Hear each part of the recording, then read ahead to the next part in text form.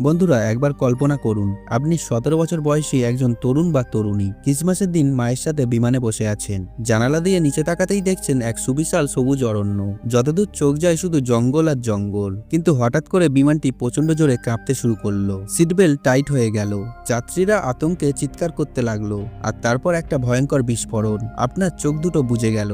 এরপর যখন আপনার চোখ খুলল তখন দেখলেন যে আপনি অ্যামাজনের ভয়ঙ্কর জঙ্গলের মাঝে পড়ে আছেন। অন্ধকার জঙ্গল, চারপাশে নীরবতা, মাথায় আঘাত, সারা শরীর রক্তাক্ত, আর সবচেয়ে বড় কথা হলো আপনি বিমান থেকে 10,000 ফুট ওপর থেকে নিচে পড়ে গেছেন, কিন্তু তবুও বেঁচে আছেন। যদি এটা আপনার সাথে ঘটতো তাহলে কি আপনি বেঁচে থাকতে পারতেন?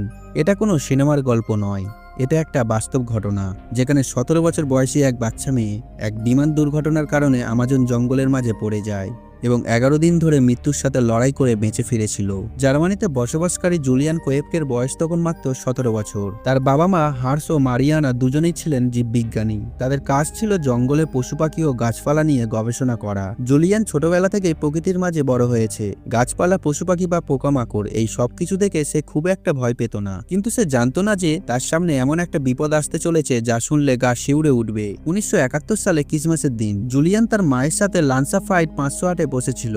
তারা লিমা থেকে পুকালপা যাচ্ছিল তার বাবার সাথে দেখা করার জন্য। তাদের যাত্রা শুরু হয় বেশ স্বাভাবিকভাবেই, কিন্তু কিছুক্ষণ পরে বিমানটি আকাশের এক ভয়ঙ্কর বজ্রঝড়ের কবলে পড়ল। বিমানটা প্রচন্ড জোরে কাঁপতে শুরু করলো। চারিদিকে আকাশ জুড়ে বিদ্যুৎ চমকাচ্ছে, আর প্লেনে থাকা যাত্রীরা ভয়ে চেঁচাতে শুরু করলো। আর তারপর একটা বিকট শব্দ, আর বিমানটি মুহূর্তের মধ্যেই টুকরো টুকরো হয়ে গেল।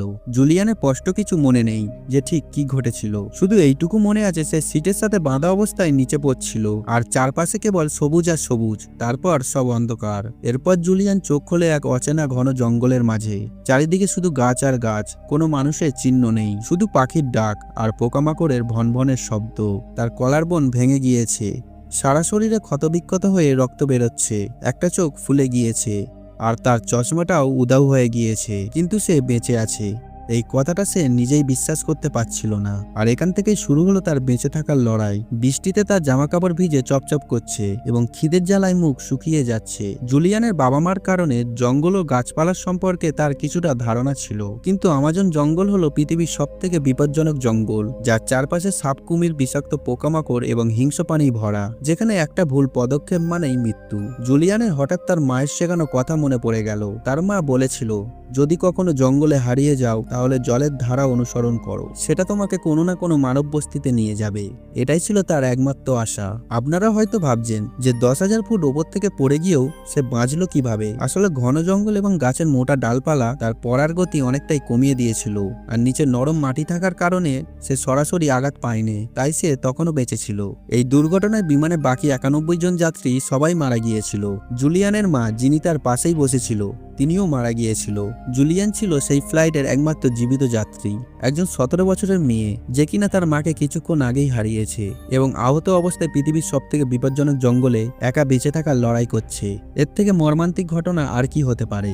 জুলিয়ান কিছুটা যেতেই একটা ছোট জলের ধারা খুঁজে পেল এবং সেটি অনুসরণ করতে শুরু করলো। জুতো না থাকার কারণে তার পা কেটে রক্ত বের হচ্ছে, রাশি রাশি মশা তার শরীর থেকে রক্ত চুষে নিচ্ছে, কিন্তু সে থামেনি, হেঁটেই চলেছে। খাওয়ার জন্য তার কাছে 4টে ক্যান্ডি ছাড়া আর কিছুই ছিল না। সেগুলো খেয়ে সে পরের দুদিন নিজেকে বাঁচিয়ে রাখলো। বৃষ্টি, কাদা আর অন্ধকার, প্রকৃতি যেন তাকে বারবার পরীক্ষা নিচ্ছে। অনেকবার তার মনে হয়েছিল যে সে আর পারবে না, কিন্তু প্রতিবারই তার বাবার কণ্ঠস্বর মনে পড়ত, জুলিয়ান, হাল ছেড়ো না, কখনো থামবে না। তৃতীয় দিন তার শরীরের ক্ষতগুলোতে পোকা ভরে গেল, ব্যথায় সে ছটফট করছিল, কিন্তু ছোটবেলায় তার মা তাকে শিখিয়েছিল যদি ক্ষতস্থানে পোকামাকড় আক্রমণ করে তাহলে কেরোসিন বা পেট্রোল ঢালতে হয়। কিন্তু জঙ্গলে পেট্রোল কোথায় পাবে? কিন্তু ভাগ্য তার সহায় ছিল। সে একটি ভাঙা নৌকো এবং একটি ছোট কুঁড়ে ঘর খুঁজে পেল, যা হয়তো কোনো জেলে ব্যবহার করত, আর সেখানেই সে খুঁজে পেল কিছুটা গ্যাসোলিন। জুলিয়ান সেই গ্যাসোলিন তার ক্ষতস্থানগুলোতে দিল। ব্যথা এতটাই তীব্র ছিল যেন কেউ শরীরে আগুন লাগিয়ে দিয়েছে, কিন্তু আস্তে আস্তে পোকাগুলো বেরিয়ে যেতে লাগলো।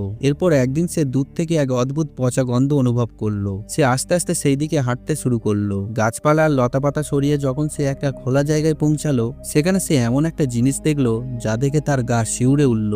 তার সামনে ছিল বিমানের একটি ভাঙা অংশ, পোড়া ধাতব প্লেট, পোড়া সিট কভার, কিছু সুটকেস আর 3 জনের আধপোড়া মৃতদেহ। জুলিয়ান চিনতে পারল এটি সেই বিমানেরই অংশ যেটা থেকে সে পড়েছিল। এই 3 জন যাত্রীও সেই দুর্ঘটনার শিকার হয়েছে।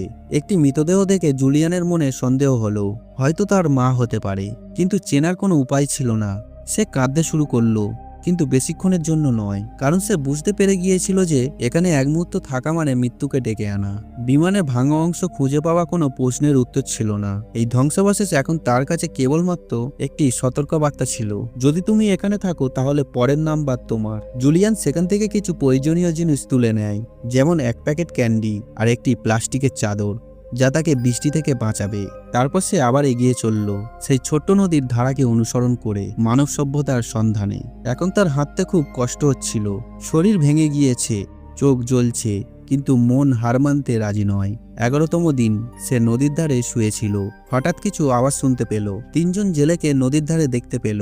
জুলিয়ান আস্তে আস্তে হাত নাড়ালো। তারা প্রথমে ভাবলো এটা হয়তো কোনো জঙ্গলের ভৌতিক আত্মা, কিন্তু তারপর কাছে এসে তারা হতবাক হয়ে গেল। এক কিশোরী একা, প্রায় আধমরা অবস্থায় পড়ে আছে, কিন্তু এখনও জীবিত। জেলেরা তাকে তুলে একটি কাছাকাছির গ্রামে নিয়ে গেল, তারপর সেখান থেকে হাসপাতালে ভর্তি করালো। সেখানে ডাক্তাররা বিশ্বাস করতেই পারছিল না যে 10,000 ফুট ওপর থেকে পড়ে যাওয়ার পরেও কোনো মানুষ কিভাবে জীবিত থাকতে পারে। জুলিয়ান সারা বিশ্বকে জানালো যে সে কিভাবে 11 দিন ধরে অ্যামাজন জঙ্গলে একা কাটিয়েছে কোনো সাহায্য ছাড়াই। তার বাবা তাকে বুকে জড়িয়ে ধরে বলে, তুমি আমার সবথেকে সাহসী মেয়ে। কখনো কখনো আমাদের জীবন এমন ভয়ঙ্কর ঝড়ের মুখে পড়ে যায় যেখানে মনে হয় সবকিছুই শেষ হয়ে গেছে, কিন্তু যদি আপনার ভেতরে সেই জেদ থাকে এবং আপনি আশার হাত না ছাড়েন, তাহলে আপনিও অসম্ভবকেও সম্ভব করে তুলতে পারবেন।